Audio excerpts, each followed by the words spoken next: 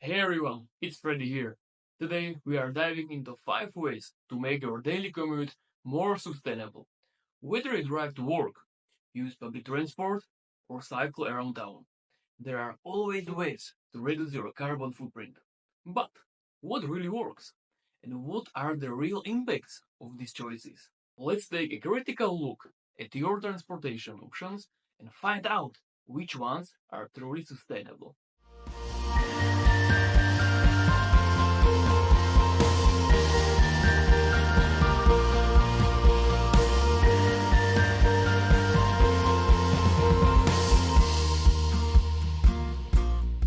Electric cars are often seen as the future of transportation.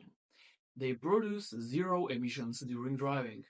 But did you know that producing a single electric car battery can generate as much CO2 as a conventional car does over 8 years of driving? Are EVs really green for everyone?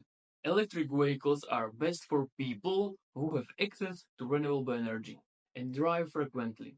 If your power comes from coal, or if you drive occasionally, then EVs might not be the most sustainable option for you. But when powered by clean energy, they are a great way to cut emissions long term. Electric cars don't produce emissions on the road, but making the batteries, one battery can emit as much CO2 as a regular car in 8 years. Are EVs really green? Public transportation is one of the most effective ways to reduce emissions. One bus can replace up to 50 cars on the road and reduce CO2 emissions by up to 80% per person. When was the last time you took the bus or train instead of driving? Think it's time to switch. If you live in a city with a good public transport, you think it can save your money, time, and lower your carbon footprint significantly. Plus, you avoid the stress of parking. Public transport can cut CO2 emissions by 80% per person. When was the last time you used it? It's cheaper, faster, and more eco friendly.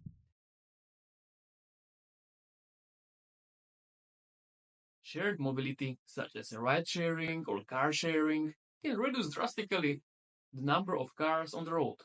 Each car in a car sharing program can replace up to 10 private vehicles. Think about it. Fewer cars means less traffic, fewer emissions, and more space for everyone. Shared mobility also reduces CO2 emissions by about 20% in cities. If you don't need a car every day, why own one? It's cheaper to share and you can still get where you need go without the extra costs. One shared car can replace up to 10 private vehicles. Less traffic, fewer emissions, and more space for everyone. Why not to share? Biking is one of the fastest and most eco-friendly ways to get around. In a city, cycling 5 kilometers, about 3 miles, take only 15 minutes, while driving could take twice as long due to traffic. Do you have a bike at home? Could you use it for a short trips? Not only does biking produce zero emissions, but it's also great for your health and wallet. If safety is a concern, try finding dedicated bike lanes or less busy roads. More and more cities are investing in safer cycling infrastructure. Biking 5 kilometers, 3 miles, taking just 15 minutes, often faster than driving in traffic. Why not use bike for short trips?